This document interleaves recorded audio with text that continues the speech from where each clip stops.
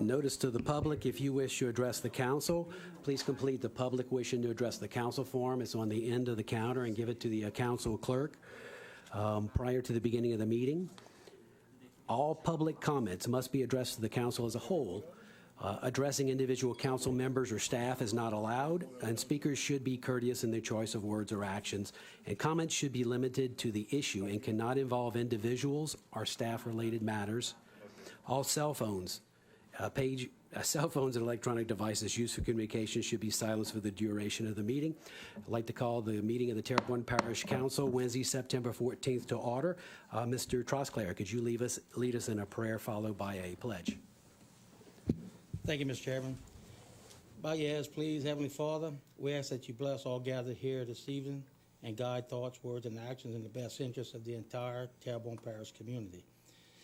We also ask that you lay your hands on our law enforcement and military, due to all the lawlessness and unrest plaguing our country and our world today. We ask this in your name, Jesus Christ. Amen. Amen. Pledge allegiance to the flag of the United States of America and to the republic for which it stands, one nation under God, indivisible, with liberty and justice for all. Ms. Brandy, roll call. Mr. Harding? Here. Mr. Michel? Here. Mr. Amity? Here. Ms. Domingue? Here. Mr. Darren Guidry? Here. Mr. Babin? Mr. Dirk Guidry? Here. Mr. Trosclair? Here. Dr. Navy? Mr. Chairman, you have a quorum present. Thank you very much. First item is to approve the minutes of the regular council session held on August 10th, 2022. Move. Moved Ms. Domingue, seconded Mr. Harding. All in favor say aye. Any opposed? Next item is to distribute the minutes of the regular council session held on August 24th, 2022, and distribute minutes of the special session held on September 7th, 2022, which we've done. Approve accounts payable bill list for August 15th, 2022, August 22nd, 2022, and August 29th, 2022. Move. Moved by Mr. Harding, seconded Ms. Domingue. Any discussion? All in favor say aye. Aye. Any opposed?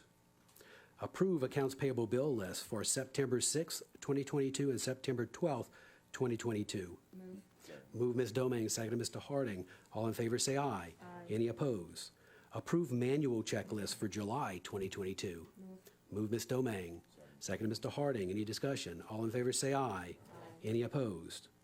Item 1, general business. A, proclamation proclaiming September 17th through the 23rd, 2022 as Constitution Week in Home of Terrebonne. Mr. Babin. Thank you. It's with my pleasure that I read this proclamation. Whereas September 17th, 2022 marks the 235th anniversary of the signing of the Constitution of the United States of America, with September 17th being the date in 1787 that the founding fathers, the framers of our Constitution, completed their work at the Constitutional Convention. And whereas it is fitting and proper to accord official recognition to this magnificent document and its memorial anniversary, and to the patriotic celebrations which will commemorate the occasion. And whereas Public Law 915 guarantees the issuing of a proclamation each year by the President of the United States of America, designating September 17th through 23rd as Constitution Week in this great country. And whereas it is hereby requested that our stars and stripes, the flags of our nation, be flown in the downtown area of the city of Houma during this week to help celebrate this magnificent occasion. Now, therefore, be it resolved that the Terrebonne Parish Council, on behalf of Parish President Gordon E. Dove and the entire Terrebonne Parish Consolidated Government, in conjunction with the Bayou Lafourche chapter of the Daughters of the American Revolution, hereby proclaim the week of September 17th through 23rd, 2022 as Constitution Week in Houma, Terrebonne, and that the citizens be encouraged to reaffirm the ideals of the framers of the Constitution had in 1787 by diligently protecting the freedoms guaranteed to us through the guardian of our liberties, remembering that lost rights may never be regained. Signed by President Gordon Dove, Darren Guidry, Chairman, and endorsed by the entire Council. Is someone here from the ladies? And you can come on up.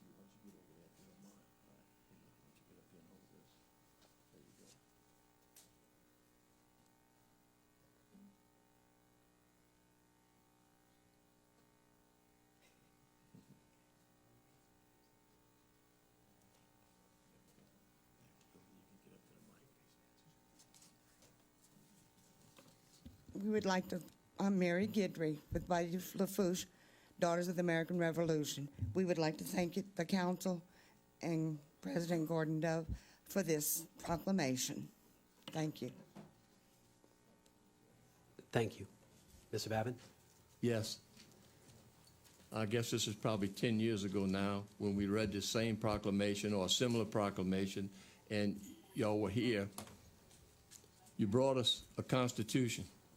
And I guess about 4 years after, a good friend of mine who since then has passed away, we were having a discussion on the Constitution while we were watching a football game, which was not good.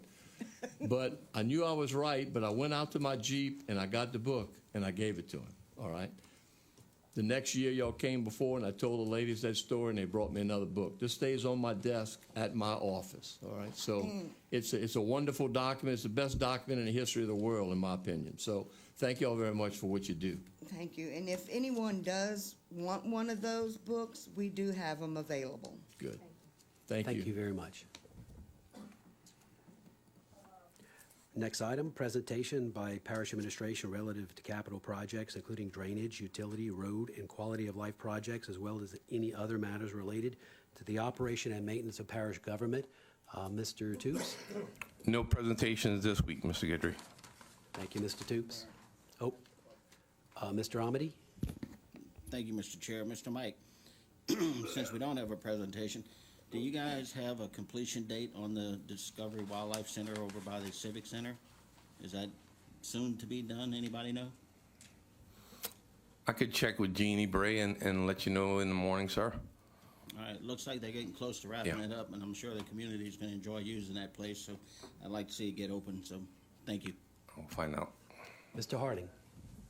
And yes, Mike, we're going to have a presentation next week in the northern end of the parish in Gray, aren't we, right? Yes, sir. And we will have somebody from Public Works there, and Mr. Stevie Smith from All South Engineering will be there. All right, thank you. Appreciate you. All right.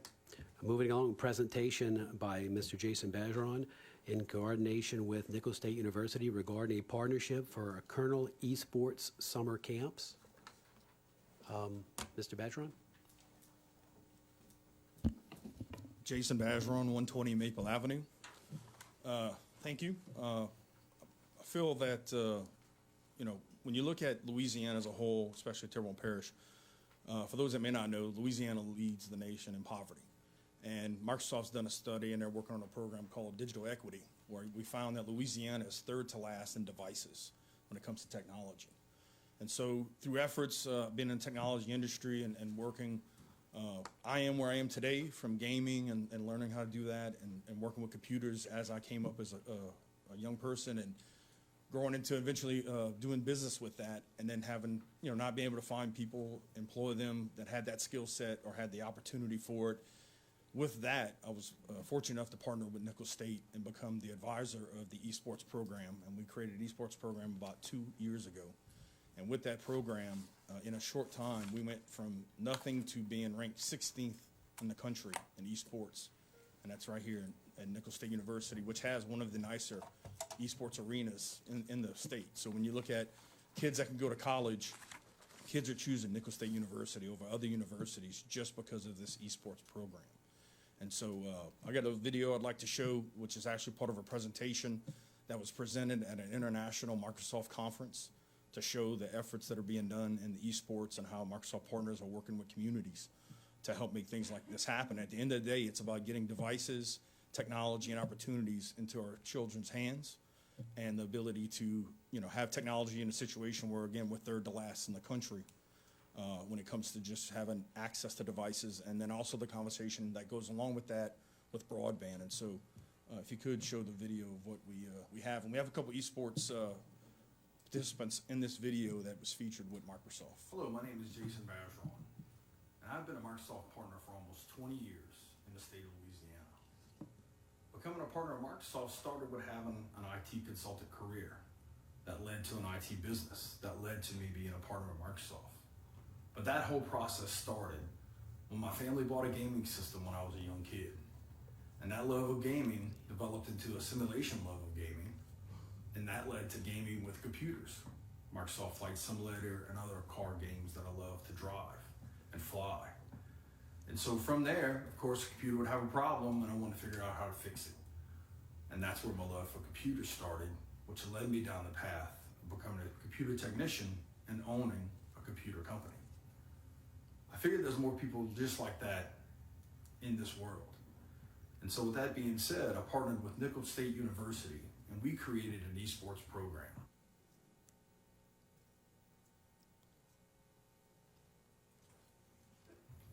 This esports program will offer scholarships starting next year and is the 16th ranked esports program in the country. So in just short of 2 years, we went from not having an esports program to creating an esports program that is a leader in this country. On top of this, though, the program also has management, leadership, communication, all the soft skills that you require in today's work environment or to run a company. And so we're able to create more than an esports gaming program. We're able to create a leadership program, a mentorship program, a communication program, and teach those that might not normally have the opportunity to get to those or see those skill sets to show those. And the camaraderie that comes together when we play games is similar to what I had whenever my family had the gaming console when I was a young kid, which are very fond memories to this day. So to build on that computer program, to build on that esports program, and to work on a technology ecosystem, we're also going to be working with the local parishes to build feeder schools. These feeder schools will have an 80% STEM and 20% gaming concept to them so that students can learn everything, science, technology, robotics, coding, all the things that support the esports world. With the esports world being a billion-dollar industry, we're creating our little tech ecosystem in our part of the world in the state of Louisiana. And with that, we're creating leaders for the future. One of the ways that esports has allowed me to flourish as an individual is by allowing me to become a leader of tomorrow. As a leader of tomorrow, I have to be able to possess people management as well as social skills. I have to be able to lead a team and allow them to work towards a goal as efficiently and as quickly as possible. Esports is a great example of all of these measures. Esports combines video games with teamwork and meshes them into an environment where anyone and everyone could grow. This program really does mean a lot to me. I mean, being a disabled person, sports is not really an opportunity. And to have something like this where I can represent my school and my state effectively and at a high level, and have all my friends come watch our games, come talk about it, and just to be able to come to practice every day, get in a routine like normal athletes do, work out every day, just come and hang out with your friends, stuff like that. That really does mean a lot to me. It means more than people know, just coming from where I've come from. That's my Tech for Good story. My name is Jason Bazeron, and I want to thank Microsoft for helping me make this be successful. All right, thank you. So what I've presented today is a partnership between Terrebonne Parish and Nicholls State, similar to what Lafourche Parish has done, where not only are we looking to do some summer camps, and probably the first camp we could do during the fall time actually with timing, but also some scholarships. When you look at the students that attend Nicholls State, most of those students are from Terrebonne Parish. And so we're looking at part of this being the partnership that creates scholarships that kids that are in this program can get scholarships to help, again, work in that program. It's a billion-dollar industry. It affords a lot of opportunity. And this is a conversation about, tech equity, equality, inclusion, the opportunity for those kids that might not have the opportunity to participate in sports, to have that camaraderie that you would have with normal sports teams, and really building some leaders for tomorrow. And so I ask you to consider doing this. I want to introduce Elizabeth Layton. She is the program manager at Nicholls State University, and she has a few stats that she'd like to share also. My name is Elizabeth Layton. I am an Access Services librarian as well as the manager and one of the co-founders of Kernel Esports. I wanted to talk to you a little bit about our mission and the kind of the movement that created Kernel Esports. I do have a few slides if you wanted to go ahead and jump to the second one.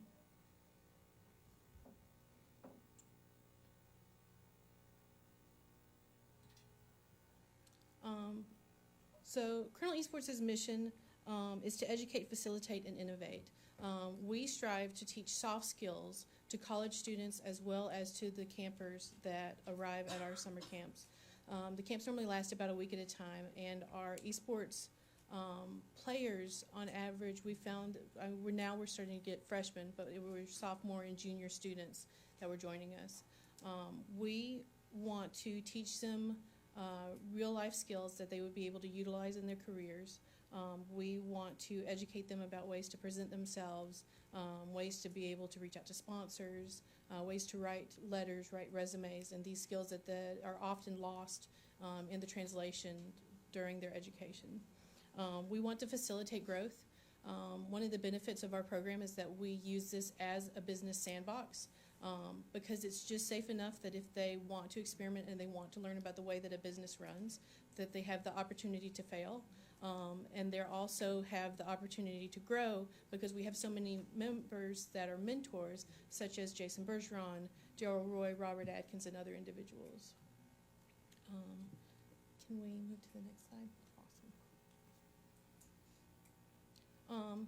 In 2019, we started out in one rec center classroom with absolutely no budget and 5 students that were absolutely dedicated to the cause. I was lucky enough that Dr. Clune approached me and asked if I was interested in leading an esports team, and I said absolutely, because I've been playing video games since I was 4 years old, and I've watched this industry grow.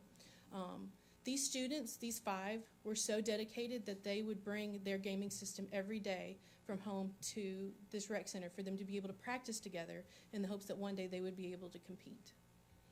The next slide. Now, we have 62 esports athletes, 400 active students that communicate in our chat rooms, which is our Discord, 50 plus students that daily spend time in our esports space on the casual side. We have offered 2 summer camps and now 10 scholarships that are $1,000 per academic year for the top 2 teams. We started from that individual rec center classroom, and now our Valorant team, which competes nationally, is top 16 in the nation, and our Call of Duty team is top 24 in the nation.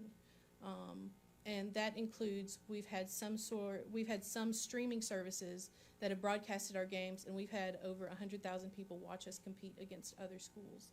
You can move to the next slide, please. And this is the space. We started out, I don't know how many of you are familiar with kind of the layout of Nichols. We started out in the retreat, or where we had Wild Blue. It was a restaurant. And Dr. Clune and Mrs. Clune were kind enough to offer us that space for us to be able to build the gaming facility. Half of it is a kind of a PC Xbox cafe where anybody can casually play, hang out, play games, and it's a safe space. After the pandemic and after the hurricane, we had a lot of students that said that without this space and without this place for them to be able to kind of recharge, they would have not survived through the semester because they were so run down by so much disaster fatigue. And so we've contributed a lot to their mental health as well as their well-being. On the other side, we have the competitive area, or the arena, where our players are able to compete all over the world from the comfort of Thibodaux, Louisiana. And so we have competed against Ball State, LSU, University of Alabama, and numerous other huge colleges. And we've won several of those games, where we're making a name for ourselves and making a name for South Louisiana and Nichols, all through gaming.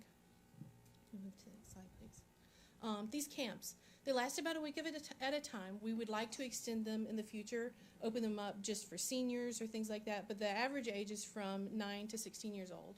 We teach these soft skills where we teach them how to be a good team. We teach them how to be a leader and how to be a follower. We teach them how to be a good winner and a graceful loser, and all of these other things in between. We also offer partnerships with Microsoft where we teach them coding, and we teach them game design, and we teach them healthy eating habits, and tie into being a well-rounded individual and a well-rounded citizen, all while hiding their vegetables, so to speak, in esports, much in the way that as a librarian, I teach information through kind of gamification.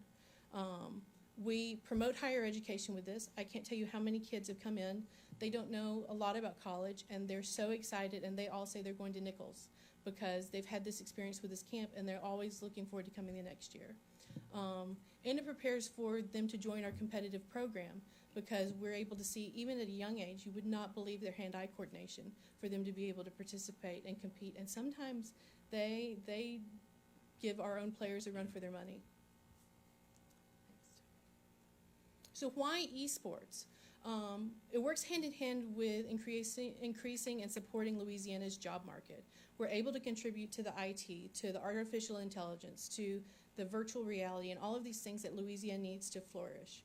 South Louisiana could be an epicenter for technology and information if we were able to foster these sorts of things. And with the esports space, we're able to contribute to the equity that is technology, because we understand that a lot of people don't have the ability to have this kind of equipment in their homes, and by coming to this space, they're able to be hands-on, learn how to code, learn the way that technology works, and move forward and find that they have a passion for it. We support enrollment and retention. We have recruited our first individual on our Call of Duty team. You all might have seen the press release recently, from El Paso. He was going to go to another university and heard about our esports program. In fact, we've had numerous people that said that they were going to go to another university and then saw what our esports program was and saw that we had a phenomenal nursing program, business program, other things like that, and they decided that they would rather go to Nichols. We support the local economy by endorsing the esports team. It increases the opportunity for more businesses to come down here because they realize that we would be able to put back into their company with these job markets. But also conferences and conventions and ways for us to communicate about technology and innovation so that we can add that to this state.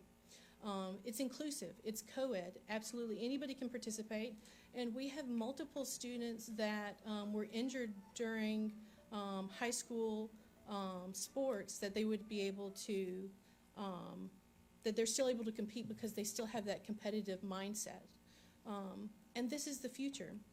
Some statistics that I have for you. 6.13 billion hours have been watched on Twitch streaming just this year. That means that people are watching other people play video games, and it's a spectator sport just as much as football or basketball or any other kind of sport. And the jobs that it offers. We offer esports, management, IT. It branches out in so many different directions for us to be able to facilitate and support other businesses. It's getting to the point now when somebody sees Colonel Esports on a student's resume after they've graduated, much like George that you saw in the video, he graduated on Saturday and had a job at LSU on Monday. How many people can say that they have that sort of situation lined up because they present themselves in such a professional manner that people are debating and arguing over who gets to hire him? And as a first-generation student and a first-generation American, he is living the American dream, and we're able to facilitate that and mentor that and give them the opportunities. And then the next slide. And this is some of our players. We've been working since 2019, and we've come a very long way. We absolutely love learning from one another, and we love teaching the next generation of gamers and the next generation of Louisiana citizens for them to be able to contribute back to the state as a whole. So thank you so much. Hold on, we have a few questions. Mr. Navy? Oh, sorry, Mr. Navy? Yes, I just have a few comments, but I just want to say I read this article in the Homer Times. I thought they did an excellent job on it. One of the things that I think is extraordinary, this actually brings a different dynamic to sports because, you know, on a traditional side, you have basketball, baseball, football, things of that nature. At a high school, I work at a high school, 9th graders to 12th graders, less than 20% are involved in sports. We have no alternative equity sports that to address that matter. This actually would help. When I read that article, that kind of brought into the process, and you know, it's interesting because the traditional side don't even try to go this way. AI is something that's really going to change this world. Absolutely. It really will. Artificial intelligence is going to change the world. A lot of people don't understand it because we kind of antiquated in a sense down here in the South, but up north in other areas, AI is real. And that's a thing that could really, you know, we need to engage in the new wave of our community and the kids. That's what it is, AI. But I wanted to ask, I don't know, Jason, whoever else this question, I know you say you have some partners or stakeholders in Lafourche Parish. Is Lafourche Parish government have any role, or they plan? Okay, what are they actually doing? That's what I was kind of So they've actually sponsored 3 camps. They sponsored 3 camps to a tune of about $90,000. Bought equipment, and they've had their camps mostly at Nichols. Our plan is to do the camps. We're kind of checking around availability of libraries, but we're going to have the first camp we have is going to be at the North Terrebonne Library, and we're going to get computers and allow kids to have access to devices instead of going to Nichols. But then the last day, we'd like to give them that Nichols experience. And so this whole program is about buying the equipment that's going to belong to Terrebonne Parish, that's going to provide access to devices that normally people wouldn't have access to. We're going to bring it to the local region to do some camps, but also have opportunities to go to Nichols and check it out. And then on top of that, be able to do some scholarships for students that are at many levels at Nichols with the esports program. And the reason why I asked that question, because several years ago, he was a young gentleman, last name is Smith. He actually implemented like a computer program at a program called the Cirque, a summer camp program in Mechanicsville, and that's Senator Circle. And that was mostly on computers, dealing with technology. Those kids was extraordinary with that situation.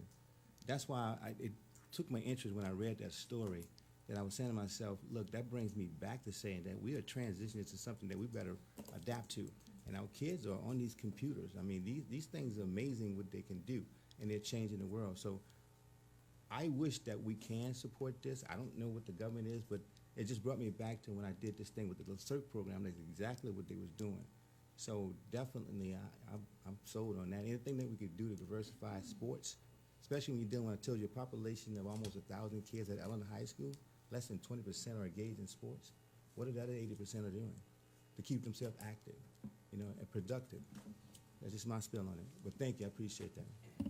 Thank you, Mr. Navy. Mr. Harding. Yes, good evening. When you giving your presentation, there's a couple of things caught my attention.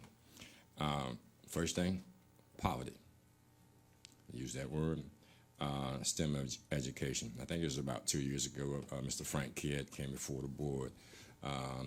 He's a local man that went off, worked at the Pentagon, retired, and he came here with STEM education. He's out of Grambling State. There's a program coming out of Grambling State that he's associated with. And then I actually had a conversation with someone that representing something similar to STEM education that was associated with Nichols State. And I'm looking at this, and I understand that the sports, and I'm looking at it as an educational thing, and whether Terrebonne Parish is going to get involved with it. Mr. Kidd actually tried to implement some idea within Terrebonne Parish, within the school system, and if we do our research, we'll find that because of a lack of interest within computer technology and people that want to take computer classes, and actually they were pushed to actually keep this program available. And I understand that sports, and this program, would this allow them, like Mr. Navy said, someone creating a program with a new game and things like that, would that offer an opportunity? Yeah, and when you look at the STEM education, that is around coding and the stuff that we've already done with the esports camps, Microsoft comes in and they'll have a little coding class, and the kids will build their own game, and one of the games they do with their parents is to keep their parents alive. There's a lot of opportunities. We look at the graph, we showed it, we can send it to you guys. When you look at the industries that are touched by esports, this is a $1 trillion industry, overtaking movies and TV and everything else along with it. There's so many ways and directions that you can go from, agent, business management, development, all centered, started kind of in IT, but also getting outside of just the IT area and having pretty much any job you could have inside a company is going to be available in this industry. Also, on top of all of these things, it creates relationships. I know that throughout generations, parents and children always feel like they're talking different languages. And part of the summer camps is that I have plans to host these workshops in order to break the stereotypes about video games and in order to improve the vocabulary of the parents and have the parents play the games and let them understand what it takes to have this hand-eye coordination and these quick reflexes and for them to be able to communicate and this be something that they do with their parents. My mother is 70 years old and she plays video games just as much as I do. It keeps her brain active. It keeps her hand-eye coordination up. And so being able to show that this is a cross-generational thing and that we can bridge gaps with this, I think that it's really beneficial in the long run. And the reason why I'm really just actually having this conversation, because the idea and the growth of the Terrebonne Parish is actually going through. I actually talked to several people. Jason, I think maybe me and you have talked about this, and several other people.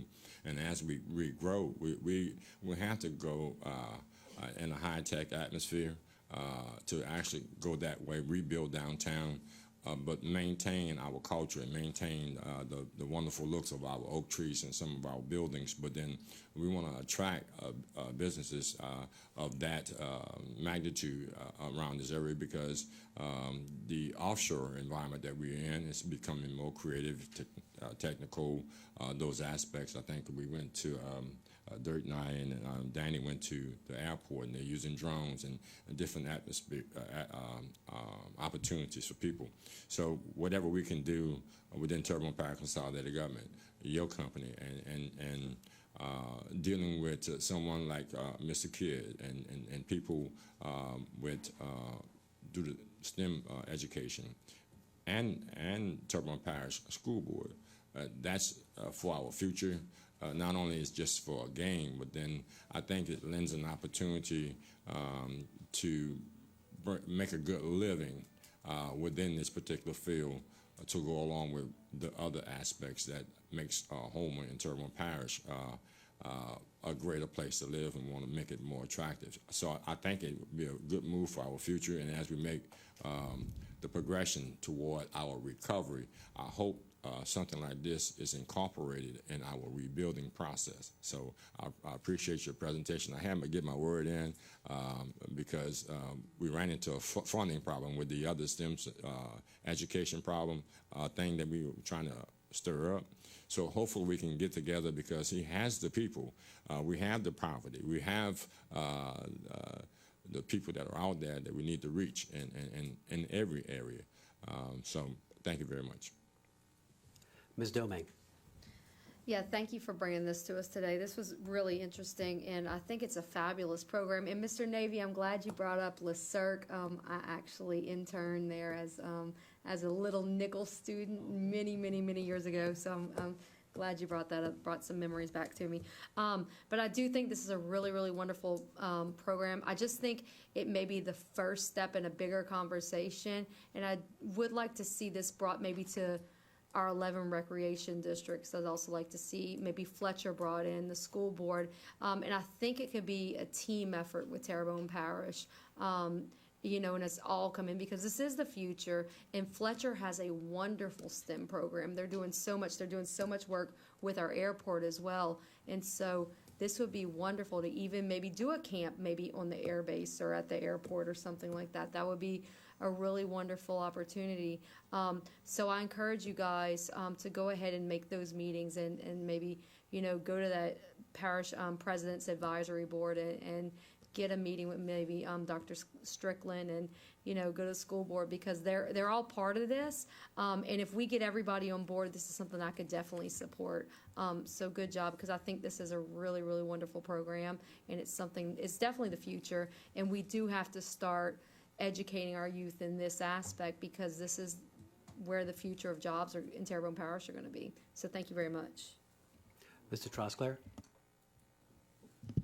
Yeah, Jesse, you want to speak? Oh, hold on. Sorry. Go ahead.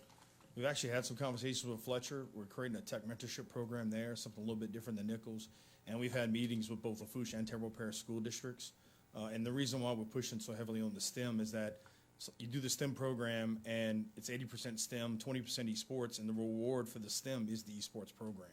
And so they're actually talking about implementing some things in the schools already, both in a public and private perspective, and having conversations and bringing everybody to the table to help have everybody be involved to make this the best it can be, and have that feeder program, and kids go to Nichols instead of going, you know, to other colleges inside the state, much less outside the state. So just want to share that.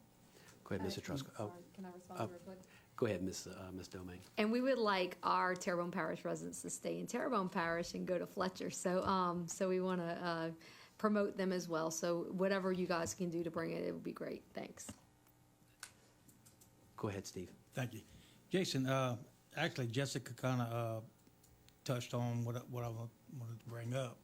About 3 years ago, I actually approached the 2 recreation districts that are part of my council district about putting a competitive gaming program incorporated into their facilities. And I also talked to TPR, Roddy Lorell, and it, realistically, it hadn't gone anywhere else.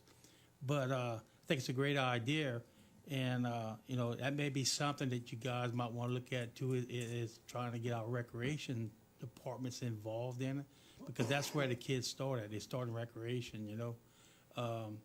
They can put. My suggestion to the boards that I spoke to was, get some gaming stations in the gym. I'd rather have these kids in the recreation facilities under supervised conditions than running out in the streets and doing, crazy things. So I think it's a great idea, and I definitely support anything anything that you guys come up with. But I think, trying to look into incorporate this into our recreation programs would be a good step, be really good feeder program into what you're trying to do over here. So it's just something for you to think about and in your quest to get this thing going. And I appreciate what you're doing. Thanks. Can I apply that too? Yeah, go ahead, Mr. Okay. So just to share, we have met with Roddy and Chris. We actually had some meetings to talk about how we can make that part of recreation. One of the limitations we had with the gyms is connectivity, and that's why we looked at doing it at libraries, because the libraries have the connectivity, they have the space already, but definitely partner in recreation to make that happen. So that is something we had a conversation on. I also think that there's a demographic that's often left out of these conversations when we talk about these sorts of esports programs and high school programs, or homeschooled individuals. And so I think by having it at the library, they're already, the homeschool students are already located in the library, and that would provide them with the opportunity to be able to maybe create leagues of their own and compete against other high schools. Okay, and I think the library is a great venue for it, but being representing the Bayou areas, right now they're shutting down all the libraries on the Bayou areas, and for a kid that lives down in Cocodrie, Durst District, or down Montague, my district, to get transportation to the North Side Library is going to be slim and none for the most part. You're going to see very few of those kids have that opportunity. So that's my focus was trying to get it done in the local area where it'll be accessible to more kids.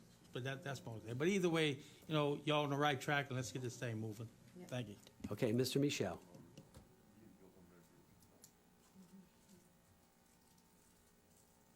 Wait, hold on, Mr. Michel. Your mic is muted. Go ahead. Thank you. Okay, so I know that right now Rec 23 is looking at ways to improve their rec district. That they're making plans for the immediate future. It's a good time to contact them and see if this could be part of their plan. And if we decided to go the route of the rec districts, then we could see if Rec 23 can maybe build the first one, so to speak, and then down the bayou may want to join in afterwards to make it more accessible to the people down the bayou. Another thought would be to come up with a facility that's not attached to another, and make it a standalone facility, maybe downtown, because we're always looking for things to improve downtown, and this could be something to attract people to downtown. But probably the most important thing I want to say, I think someone misspoke about the, of course we want to keep people in Terrebonne Parish, but Fletcher Community College and Nicholls State University are two completely different educational venues. They have a place dependent upon what someone's objectives are. They're both wonderful. Just because Fletcher is in Terrebonne Parish doesn't make it better than Nicholls, just because, so I just want to point that out. Both of them serve a great purpose for Terrebonne Parish as well as Lafourche Parish. So I wanted to point that out. Thank you. Thank you, Mr. Michel. Mr. Amity? Thank you, Mr. Chair. So, Jason, looking at the paperwork,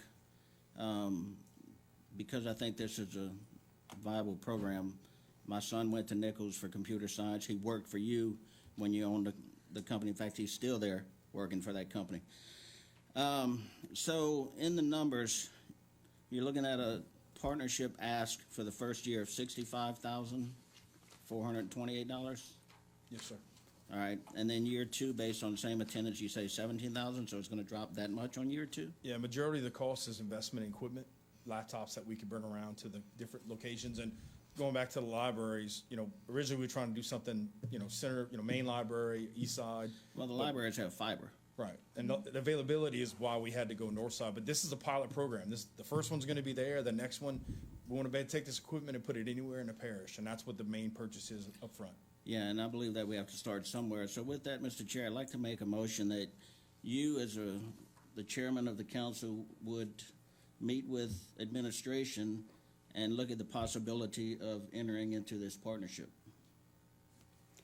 Okay, we have a motion that me as chair meet with administration about this, seconded by Mr. Dirk Guidry. Any discussion? Mr. Harding? Question. How much does internet would be involved with this? So when you look at a fiber connection, like we're talking about with the library, something in a 10 megabit, 25 megabit speeds, it's not, you could do some things with like a cable connection. Most people have at their home. It's just not, it's called a best effort solution. So when you talk fiber, it's whatever it is, it's always that, and you don't have to worry about it going down. And so it can range anything from $200 a month to $1,000 a month, but it really depends on what's already in place and what we can use. Well, the reason why I asked this question is because we've been having Hurricane Ida recovery projects going throughout the parish, and one of the things that we are having a problem with, and one of the major complaints is broadband. So, in that process, and we're going forward, we also must also consider that. I'm just saying that in general. That's why I asked you the question. So we actually look at that also to how what our ability to create an opportunity for these people throughout the parish, even down those bayous. And nothing against down those bayous. There's some people in Gibson. They got to come out their house and go down the road to a bridge to use the telephone. So that is an issue that we actually have, and so we have to understand across the board what we're looking at. Thank you. Ms. Domingue? Oh, hold on, too many lights. Go ahead. Yeah, thank you. And Mr. Harding, part of the nonpartisan infrastructure bill that was passed through Congress is to bring broadband and to bring fiber and all those things to rural areas and to everywhere. And so once those dollars come into the state of Louisiana, hopefully it gets funneled into Terrebonne Parish quickly and we can build upon that. So that's something that you and I can look forward to in the coming years. And I am a proud graduate of Nichols State University, but we also have to promote all of our schools. Thank you. So we have a motion and a second that I represent the council in discussing this with administration. All in favor say aye. Aye. Any opposed? And as a start to that, I actually saw Lafourche Parish President Archie Chasson at a meeting and talked to him about it, and he actually sent a copy of his cooperative endeavor agreement, and I just forwarded it to Mr. Toops to forward on to Mr. Dove. So we've begun that process. Thank you. Thank you all very much. We have a motion to go into 6:30 public hearing. Mr. Michel, did you still had something you needed to speak to Mr. Toops about? Yes, regarding the earlier agenda item. He asked to be recognized to ask Mr. Toops a question. We were discussing the items, and I didn't notice. So if the council wishes, if somebody would make a motion to revisit the Motion to revisit. motion to revisit the Item B. item B by Ms. Domingue, seconded by Mr. Trosclair. Any discussion? All in favor, aye. Any opposed? Go ahead, Mr. Michel. Okay, and my only question is, I know that there was such a sense of urgency with our $20 million a year utility project, and I know that they were talking about days before something would happen with it, and I just would like to know if what indeed is the status on on those generators getting put out there.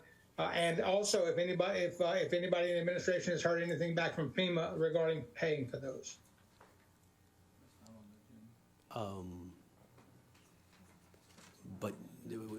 But you can give us an update on the project if there's, definitely Ms.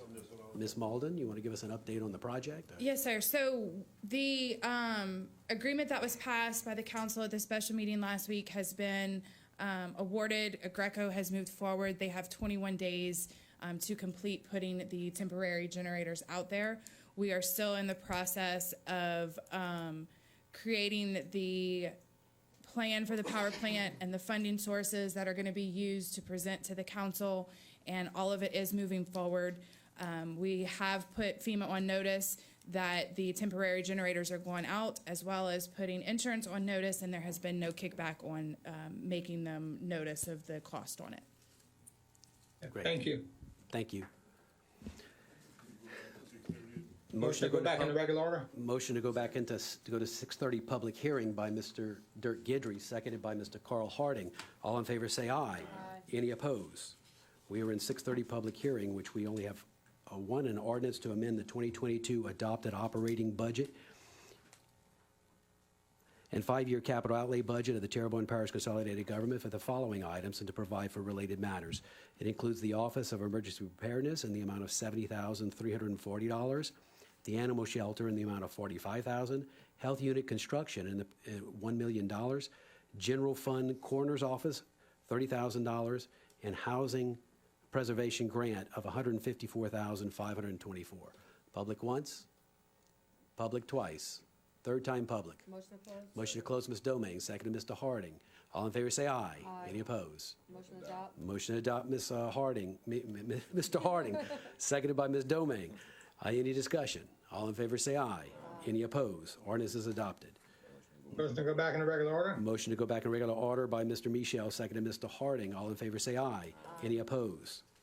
We're on item D, which is a resolution concurring with a resolution giving preliminary approval to the issuance of $673,336 of revenue notes by Bayou Fire Protection District of the Parish of Terrebonne, State of Louisiana, providing certain terms of said notes, making application to the State Bond Commission for approval, and providing for related matters in connection therewith. Moved by Mr. Dirk Gidry, Mr. Michel, seconded by Mr. Dirk Gidry. Any discussion? All in favor say, oh wait, Mr. Michel, go ahead. Is there anyone, is the bond attorney there? I know Mr. Chief Ken could not be there. Is the bond attorney there or no? Do we have anybody representing the Bayou Cane issue? No, Mr. Michel, there is nobody here. Okay, I just wanted to mention, I spoke to Chief Email, and he said that they're doing this because they got this money in and they want to have it prepared to be bonded out if necessary, but it is not their desire to bond it out, so they're not planning on bonding it out right now, but they would like the preliminary approval as it says. Thank you. We have a motion and a second. Any more discussion? All in favor say aye. Any opposed? Aye. Motion passes. Item 2, public wishing to address the council as per speaker cards. Mr. Roland Kern wishes to request blacktop at the very end of Bayou Delarge Road. Go ahead, Mr. Kern. Thank you very much, and good evening to all the members of the council. My name is Roland Kern. I am a camp owner at the very end of Bayou Delarge Road. At the last 8/10 of a mile on LA 315.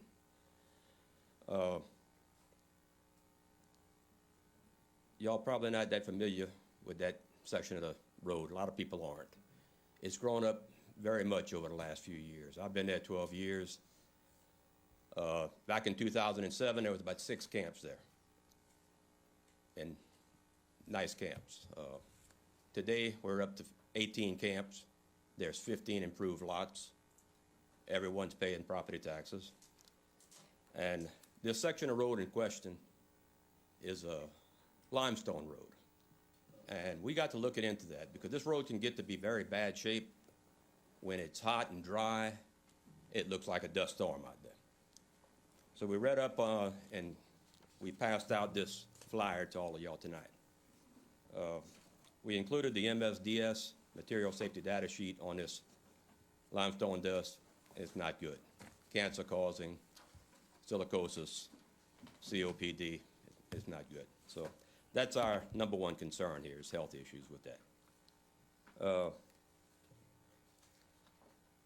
This road can get to be in very poor condition really quick. Maintenance is usually slow, and normally we have to call and request it. But we would like to, in the meantime, while the consideration is being given to paving the road, we would ask that maybe look into getting a regular maintenance schedule, you know, once a month, every 3 weeks, and maybe in the interim, some chemical spray to keep this dust down. You know, they do make such a thing. In the 12 years I've been there, I think I've only seen it once that they sprayed it on the road, you know. So that could be something as a stopgap while this is being considered. We realize it ain't gonna happen overnight to pave the road, but we'd like it. We've never came here and brought it up, so y'all not mind readers. Y'all can't, you know, y'all don't know there's a problem until we report a problem. So please consider that. And I think while you're considering it, if you look and review, you know, you go back into your records, and maybe over the last 12, 15 years or whatever, how long y'all been maintaining it, look at the cost involved. You know, what are you spending on this limestone? What are you spending on getting your motor grader down there and get this done, you know? It may be actually cost effective, I'm sure it will be, to go the other route, you know, and blacktop it and be done with it. Now, if you do that, you'd have to set a weight limit on it, because they do have, I'll get to that here, the revenue that this road generates. There's 2 oyster companies operating down there. Some of y'all might know who they are. I'm not going to mention, but so they're hauling oysters in and out of there every day. Used to, they fished oysters in months with an oar. Now it's 365 days a year. They're growing oyster beds out there, so they're hauling in crushed cement, and they're hauling that out to the oyster reefs. So there's heavy traffic on it. That creates a lot of dust as well. There's 20 charter fishermen that's working out of that area right now. I interviewed them, I talked to them, and they say they fish about 200 days a year. That's 4,000 days a year fished off that road. 3 people, sometimes 4 people to the boat, so you're talking about 12 to 16,000 people coming in from all over the country. Not just home Louisiana, out of state. And what's the first thing they see when they come over the levee? They're greeted with such a road, okay? So those people are buying fishing licenses, they're buying gas, they're living in our hotels, they're eating in our restaurants. So they're bringing some revenue in, huh? And that could be looked at as well. Like I said, you know, we included this.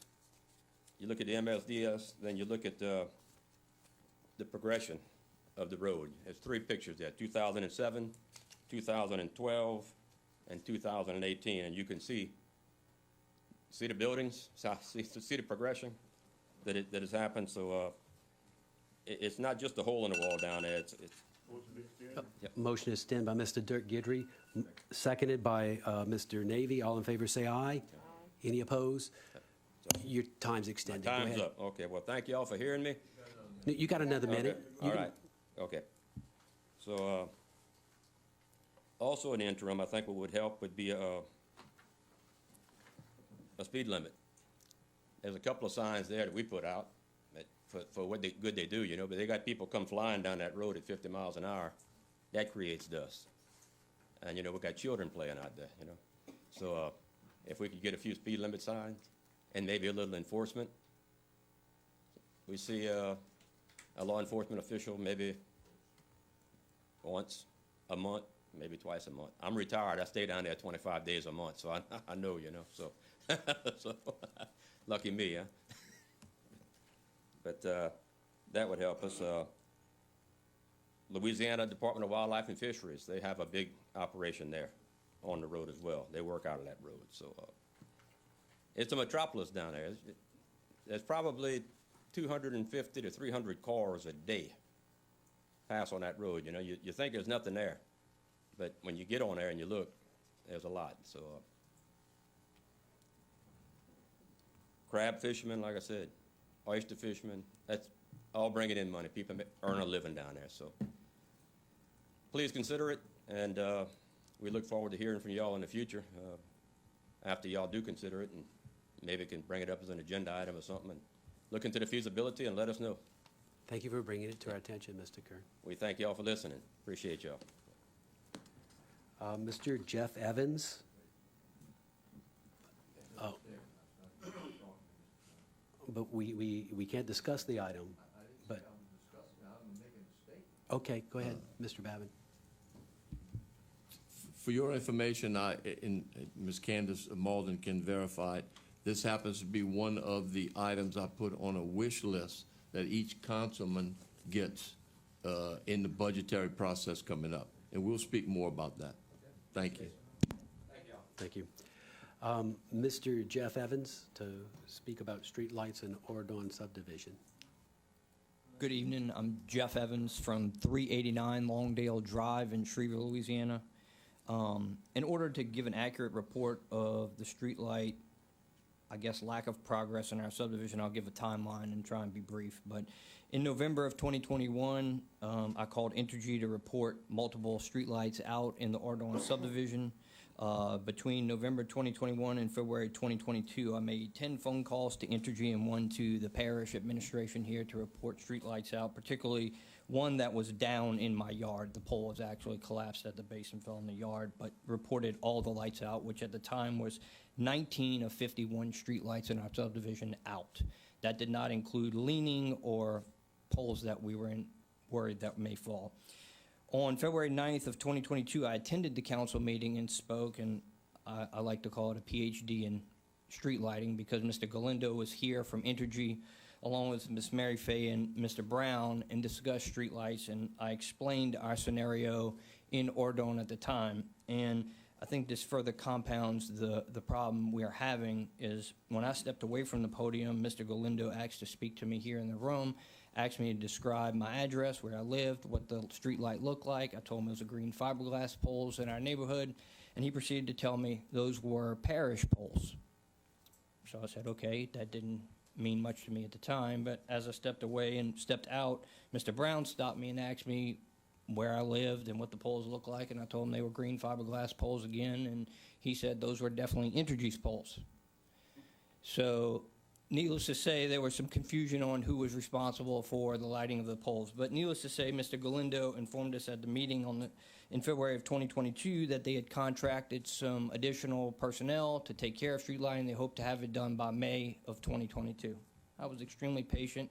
Happened to be going to work in the middle of May and happened to see a contracted truck in the neighborhood working on a street light. I stopped and spoke to the gentleman and said, look, I did a little bit of legwork for you guys in the neighborhood. All the poles with yellow flagging on them or the poles not working. May cut down your time in the neighborhood working on the poles. 3 guys, one steps to my truck and says, sorry to inform you, but we're only contracted to replace bulbs.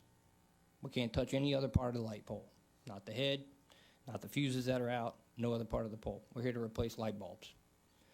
You can about imagine my dismay at that point, but I was like, maybe that's our majority of our problem. Maybe we'll get most of these lights back on. They replaced 1 bulb of the 19 poles that were out. So moving on with the timeline, in May of 22, after that, I started calling the parish administration, seeing if I could get some movement on these projects. I made, in total, 11 phone calls to the parish administration and 3 more additional phone calls to Entergy between May and August. On July 19th, I was informed by the parish administration that they were, in fact, coming to take care of the pole in front of my house. It was going to be replaced, and I said, well, at least we're on the radar with the 19 poles that we have down. I arrived home only to find out that a contracted crew with line out came out and cut the pole at the base that was down in my yard and hauled off the pole. That was the progress. So needless to say, we're a bit disappointed in the subdivision, in the progress of our street lighting. I rode around just last night, and in totality, after 25 phone calls to Entergy in the parish, and a year and 17 days later, we now have 20 lights out of the 51.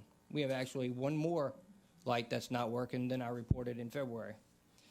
So, and that doesn't include the 8 to 10 poles that are actually leaning, that may actually fall. I'm only talking about lights that do not light once darkness falls on the neighborhood. The residents are concerned for public safety reasons.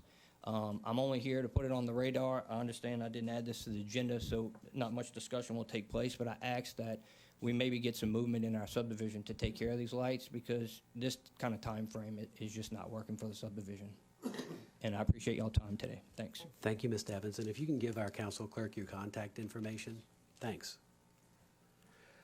Next is, Mr. Michel. Is that topic something that we can discuss under streetlights? No, we can't. But, well, Why not? I don't know. I guess that would be a legal question, but streetlights, I mean, we have an item for streetlights. If you want to discuss it, just take the safe route and move to put it on the agenda right now and pass it unanimously and talk about it. Is that what Somebody you make a want to do, Mr. Michel? Add it to the agenda? Yes. Okay, we have a motion. Make a motion to add. To do an add-on to agenda. To add discussion to what the gentleman just spoke about onto the agenda. Street lights in general, or just street lights on Ordon? No, streetlights in general. Streetlights in general. I thought that's what you wanted. We have a motion to add on to the agenda an item to discuss streetlights in Terrebonne Parish by Mr. Michel. Who seconded it? Mr. Dirk Guidry seconded it. Is there any public that would like to weigh in on whether we should add this to the agenda or whether we shouldn't, or anything about this particular issue? Public once, public twice, public 3 times. Motion to close public. We have a motion to close public. Mr. Michel, seconded by Mr. Dirk Guidry. All in favor say aye. Aye. Any opposed? We already have a motion and a second to add on. Roll call vote. Ms. Brandy? Mr. Harding? Yay. Mr. Michel? Yes. Mr. Amity? Yes. Ms. Domingue? Yes. Mr. Darren Guidry? Yes. Mr. Danny Babin? Yes. Mr. Dirk Guidry? Yes. Mr. Trosclair? Dr. Navy? Mr. Chairman? A unanimous vote. Mr. Michel, you're up. Okay. You know, when on the day that the gentleman spoke of Mr. Galindo et al. Coming and talking to us, they made assurances that by the end of June, we would have our streetlights back up to what 90 or 95%, whatever's typical before Ida. This did not happen. This is a huge problem, and I keep getting these different explanations of why that have to do with FEMA and all of this stuff. We need to get these streetlights working, whatever it takes, whatever Entergy's got to do, whatever Terrebonne Parish has to do. We need to get these streetlights back working, because this is ridiculous. Because in the area in the subdivision where I live, I'm sure we have probably 50 streetlights that are out. It's just, it's a ridiculous number. It is contrary to public safety to have that number of lights out. And I'm thankful to the gentleman for bringing it up. But I mean, you know, we need to have someone contact Entergy and get them on the ball, and someone to contact. And as a council, we need to encourage strongly that our utilities department does what they're supposed to do with these lights. This is ridiculous. We doing ridiculous things in this parish that in my opinion don't need to be done, but that's not part of this issue. We need to get this done. This has to be done. This is a safety issue for the parish, and we need to do it. Mr. Hebert, you have a concern? Just a recommendation is that I would, that somebody make a motion and ask staff, Mr. Toops, to contact the public service representative to handle that. Okay. Ms. Domingue. Yes, thank you, and I can appreciate your, am I on? Yeah, okay, I can appreciate where you're at, because we have the same problem. And as far as I appreciate this situation with the streetlights is if it's an Energy, if Energy's the provider, but it's a decorative pole, then the pole is actually Terrebonne Parish consolidated government's responsibility. And I had an email from Mr. Ernest Brown actually this week about this, and so I can read you what it says because it's public record. I asked specifically about a decorative pole that was snapped in half in my district. And he says, no updates at this time. We're still working with Royal Engineering for streetlights. The damage assessment has been completed and reported over 1,000 streetlights are still damaged. Royal Engineering is currently preparing a bid package to select a contractor to make these repairs. Please let us know if you have any questions. So the wheels are in motion, I guess is what I'm trying to say. And Miss Malden is shaking her head, yes.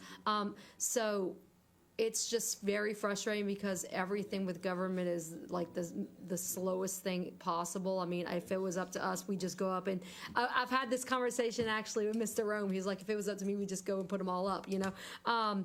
But it's not, and so they do have the contract with Royal Engineering, and so they're working on it. So we're hoping. So it's not that we necessarily need to reach out to Energy or the Public Service Commissioner. We need to reach out to Royal Engineering and see where they are on their timetable, because it's already, the process has already started.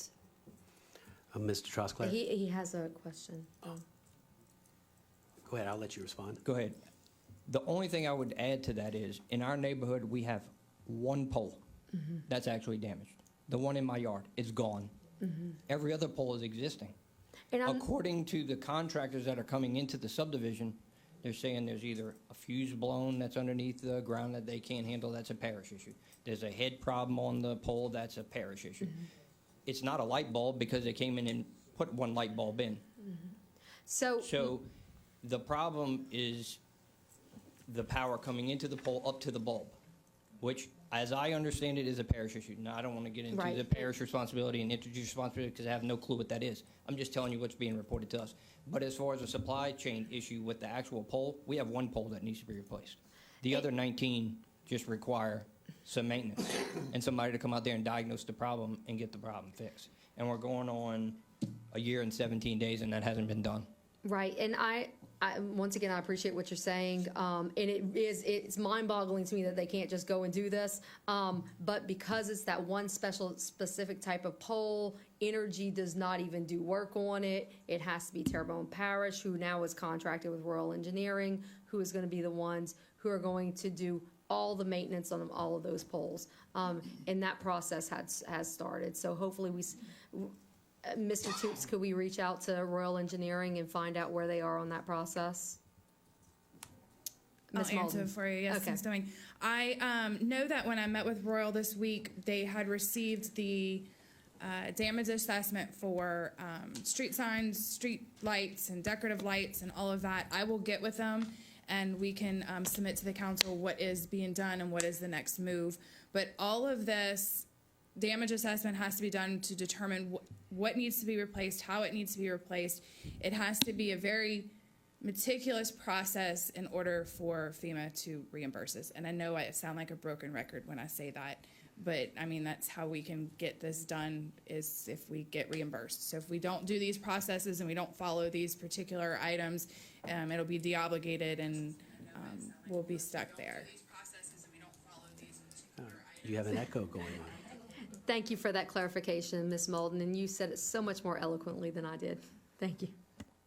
Yeah, and I spoke with Mr. Brown today. Of course, we received our report on decorative street lighting, and the timeline on decorative street lighting, which is June of 2023, is when Royal anticipates that to happen. Now, why so long?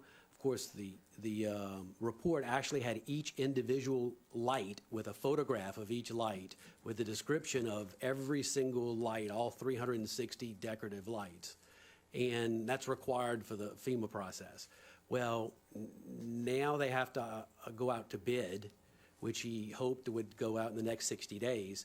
Then you get into supply chain issues. Now you've ordered a light, you got to wait for it to come in. And so they're including some of that and hoping by June they'll have the decorative lighting. Now, I asked him about the green or the silver fiberglass poles. which we don't have any in stock right now. As soon as they come in, they put them out, but everything right now, that assessment, they went ahead and go through the same process. That assessment, he's hoping he will have by the end of October. He thinks he should have it by the end of October. That'll be a much quicker process once the contractors get, once the contractors, they get it contracted, let's say 90 days before it's actually contracted.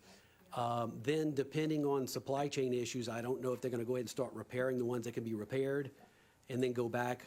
You know, that's the only thing.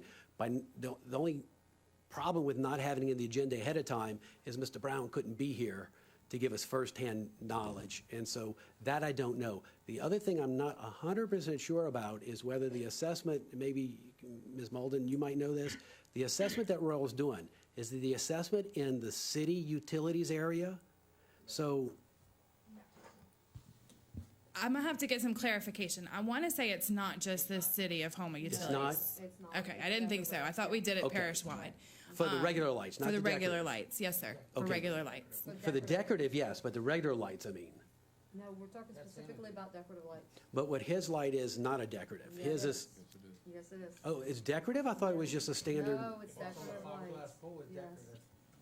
I can't speak to what's decorative and what's standard, but I Well, will but tell it you looks it's a like a standard regular pole light that stands pole. up straight with an arm that hangs over the street. It's not, Well, it was not included in the decorative one, so I'm good.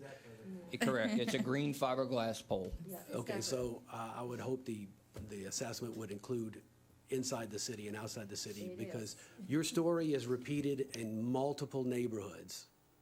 I know, I got several of them in my district that I'm having the same issue with. Every one of Entergy's. Sleeka seems to find a way and repairs the lights, and we have no problems. And, In actuality, Sleeka has the line that travels down Bull Run behind my home, and they've actually added streetlights. Sleeka is awesome, but So, we've just, this and that particular was issue. and that was literally added in January. So we're now 8 months past that, and we can't get the street lights on in the neighborhood. So it's pretty frustrating. We have a couple of more lights. I'm gonna get to you, Mr. Babin. Mr. Michel.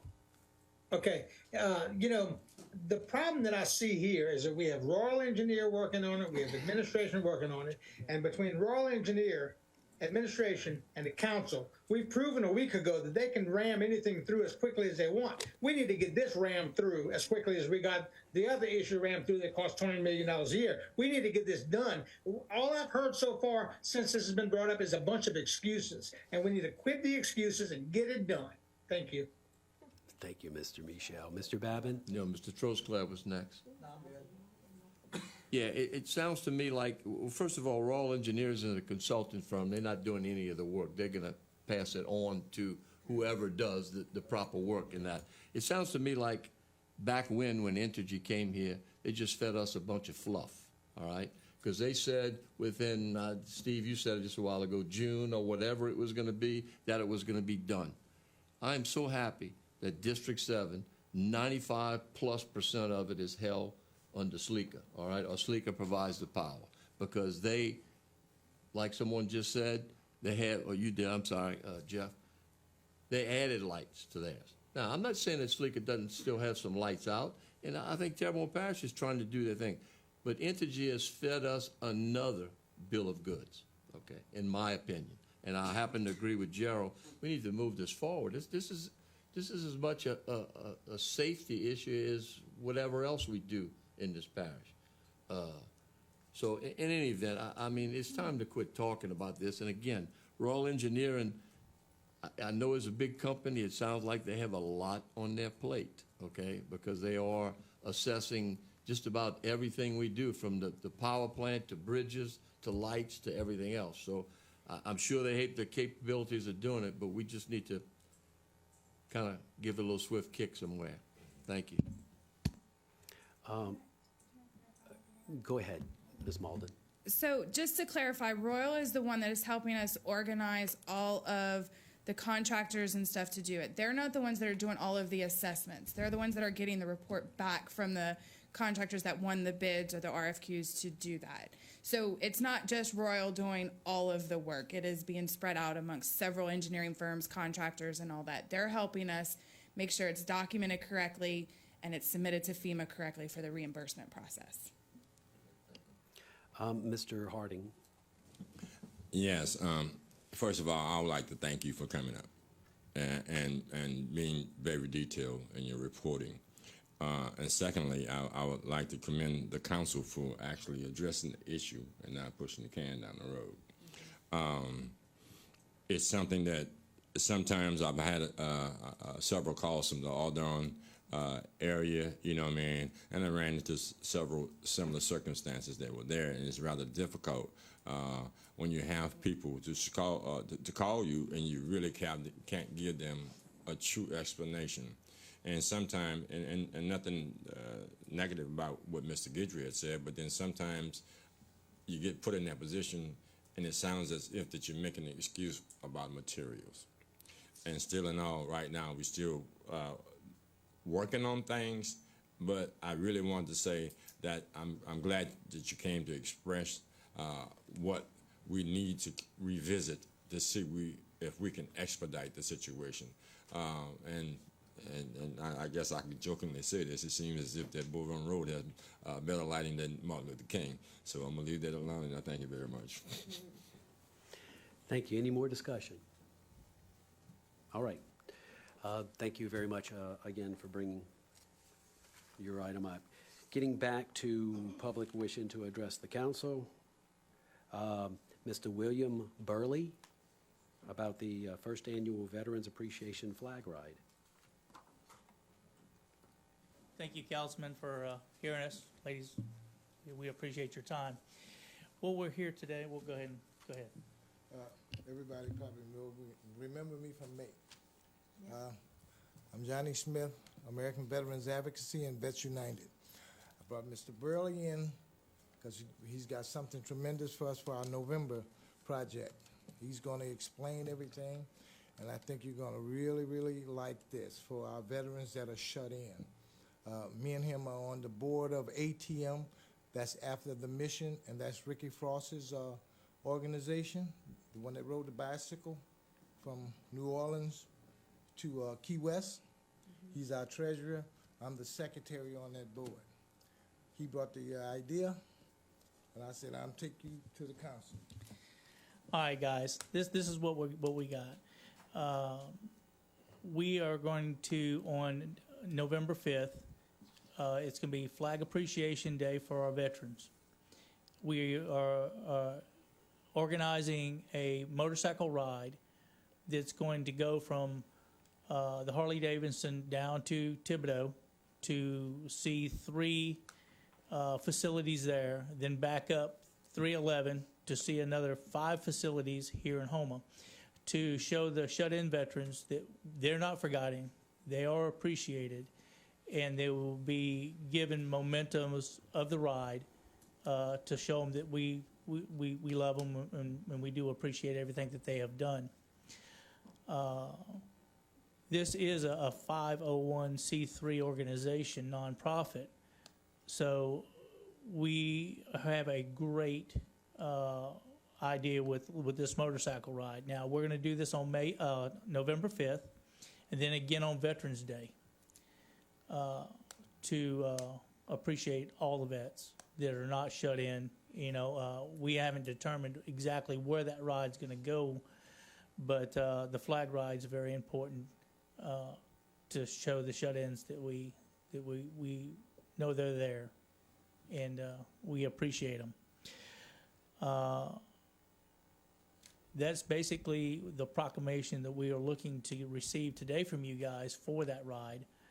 The second thing that I would like to address the council about would be to see if there isn't any unused land or facilities like schools that have been damaged to a point that the parish isn't going to do anything with that, and see if we couldn't retain that from the parish for a retirement facility, or not a retirement, but a retreat facility for our homeless veterans to receive mental counseling, job placement.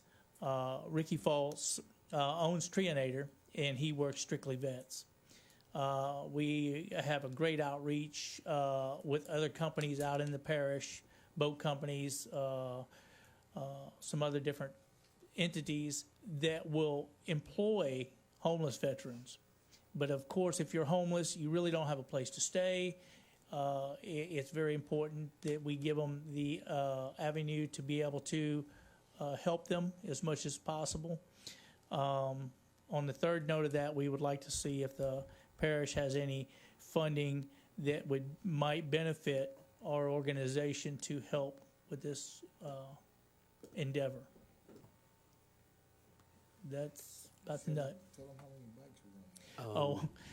Our motorcycle ride, we're hoping to entail anywhere between 500 and 1,000 motorcycles in Terrebonne Parish on the 5th. And we're hoping that to grow that more on November the 11th. And if you care to get with administration, they can, further it on. We can't really discuss it too much, but go ahead, Mr. Toops. Yeah, I just wanted to tell the gentleman that we're investing a lot of money into the American Legion home on Legion Avenue, and one of the purposes of it is to do exactly what he is asking to do. Great. Thank you for the information, and do get in touch with administration. Thank you. Thank you. Okay. Oh, go ahead. This proclamation is done for us. We intend to have it done throughout the years to come. We wanted to have a continuation as we are doing for the month of May for Memorial Day. Yeah, and if you want to bring it at the next council meeting, you'll be welcome. And there again, we want to appreciate the 3 vets that we have up on the board for your service. We do appreciate that. Thank you. All right, moving along to committee reports. Budget and Finance Committee, Mr. Carl Harding. Yes, I make a motion that the council accept and ratify the minutes of the Budget and Finance Committee held on September 12, 2022. And I have 2 public hearings.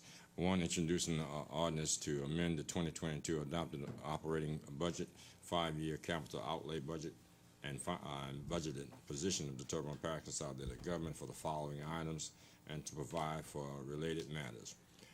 Road and bridges, $650,000. 5% budget adjustment for roads lighting District 3A, $47,539. Road lighting District 6, $25,000. Criminal Court Fund, $350,000. Marshals Fund, $65,000.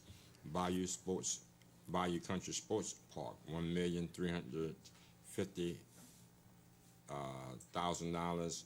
Brady Road Bridge, $1,500,000. Bayou Terrebonne Vegetation and Debris Removal, $1,602,600. General Fund, $129,594. General Fund donation, $2,500. West Side Alma Drainage, Alma Street, positive $620,000. Section 8 voucher, $50,000. FEMA Emergency Food Shelter, $894.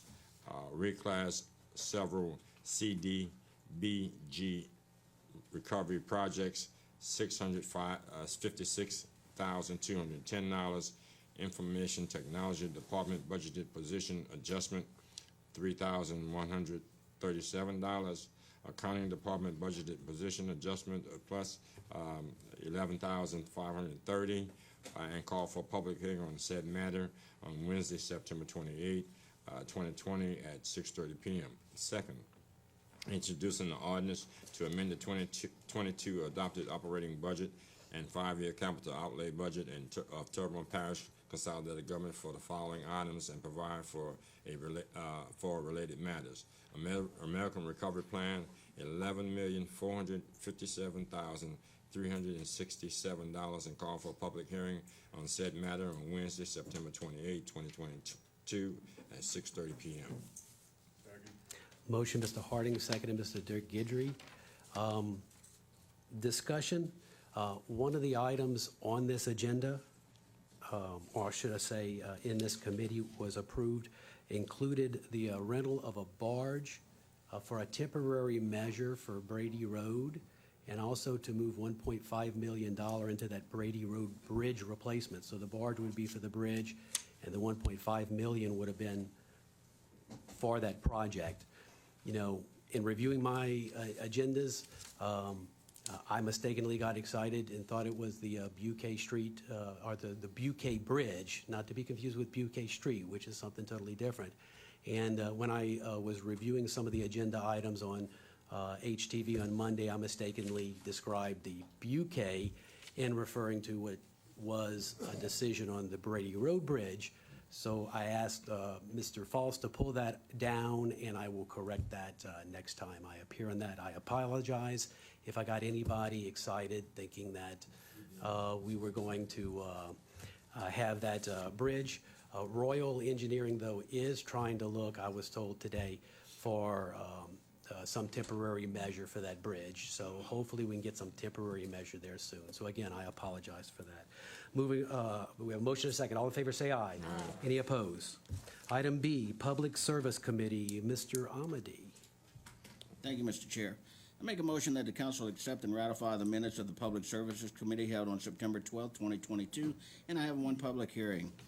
Item 1 is to introduce an ordinance to certify and approve an ad valorem tax exemption on machinery, equipment, and other capital projects to be assessed at 301 Bollinger Lane, Houma, Louisiana, for Bollinger Houma Shipyards, LLC, application number 20210244-ITE, and call a public hearing on said matter on Wednesday, September 28, 2022, at 6:30 p.m. Thank you. Second.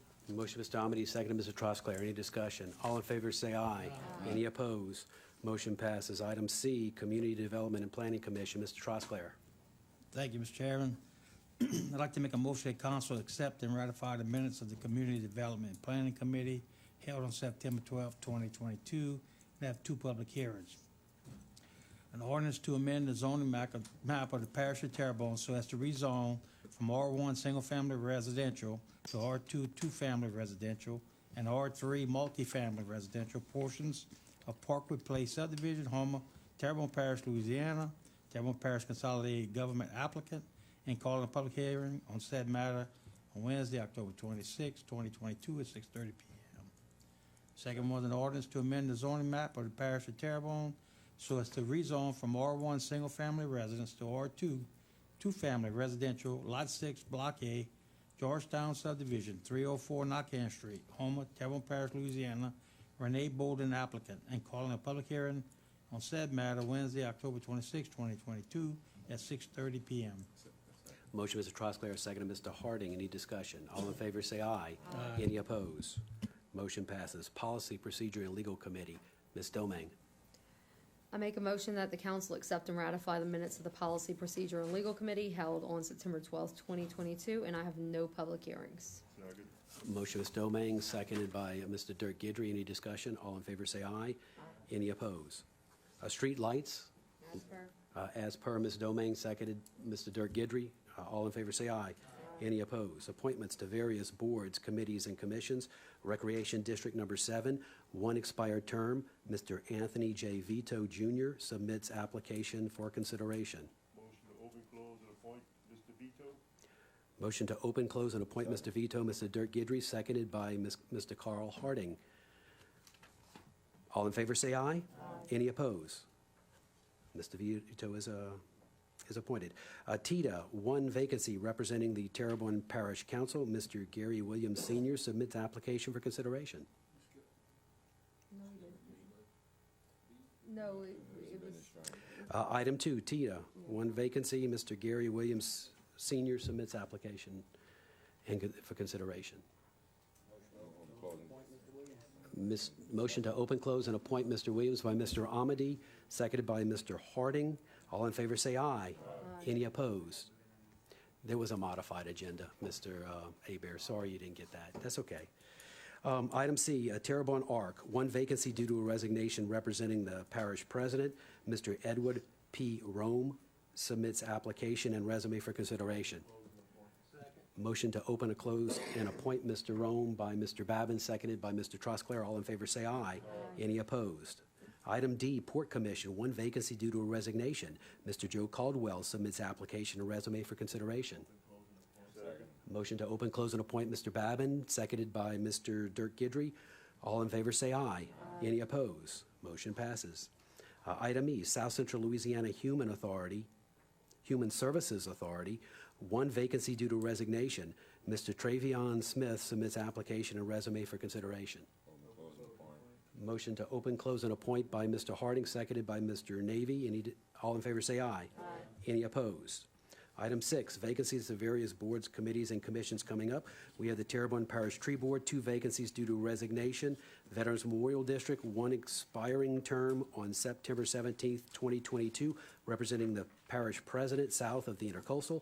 And the Airport Commission, 1 expiring term on October 6th, 2022. We also had the Coastal Zone Management and Restoration, 4 expiring terms on October 31st, 2022, and Recreation District Number 11 has 1 unexpired term due to a resignation coming up. Item 7, monthly engineers reports, Milford and Associates and GIS Engineering, as per Mr. Dirk Gidry. Seconded Ms. Domingue. All in favor say aye. Any opposed? Item 8, staff report, resolution authorizing the parish president to sign the appropriate agreement with Hunt, Gilliard, and Associates, LLC, HGA, for application development, project management, and related services for FEMA and other state and federal programs for non-structural individual mitigation projects. Motion, Mr. Harding, seconded Ms. Domingue. Any discussion? All in favor say aye. Any opposed? Item B, resolution authorizing the parish president to sign the appropriate agreement with Baroka and Benura Engineering and Consultants, LLC, for application development, project management, and related services for federal, FEMA, and state programs for infrastructure and coastal projects. Moved by Mr. Dirk Gidry, seconded by Mr. Carl Harding. All in favor say aye. Any opposed? Item C, resolution approving firms for the civil engineering services for public works facilities and infrastructures damaged from Hurricane Ida. Moved Mr. Amity. Seconded Mr. Dirk Gidry. All in favor say aye. Any opposed? Item D, a motion to discuss with possible action the rescinding of the condemnation order adopted on January 25th, 2016 on the commercial structure and property located at 947 East Street, Houma, Louisiana. I don't know who made this motion. Mr. Harding? I'm going to make the motion. Mr. Harding makes the motion. Second? Seconded Mr. Amity. Any discussion? Ms. Domingue? Wait, discussion on this, the motion to add it on. Oh, okay. To discuss. Okay. No more discussion. All in favor say aye. Aye. Any opposed? Now we're discussing the item. Go ahead, Mr. Harding. I'm going to make a motion to actually try to rescind this particular address and revisit it if possible. Okay. We have a motion to rescind the condemnation. Mr. Harding, seconded by Mr. Navy. Discussion, Ms. Domingue?